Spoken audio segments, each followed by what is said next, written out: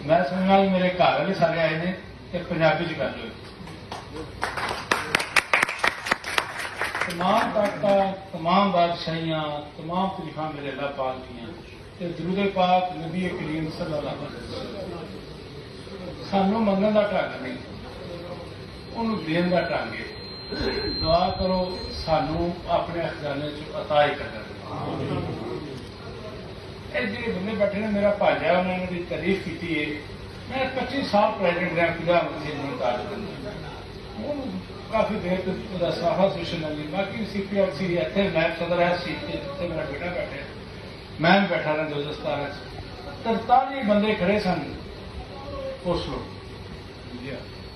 2,30,000 जिद ट्रांसपोर्ट, खाना, रिहायश सब कुछ। एक जूनियर मेरे ने जाती कर दी थी, उसे मिस हो गई। पूरी परेशानी अजे तक मैं झेल रहा।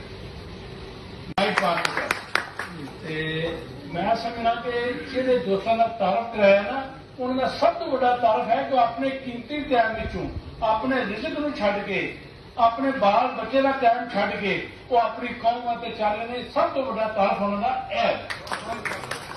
पूछा गया कि सारे लोग अल्लाह नाल प्यार करते हैं। पूछा कि वो भी लोग है जिहड़े अल्लाह जिन्हां नाल प्यार करता है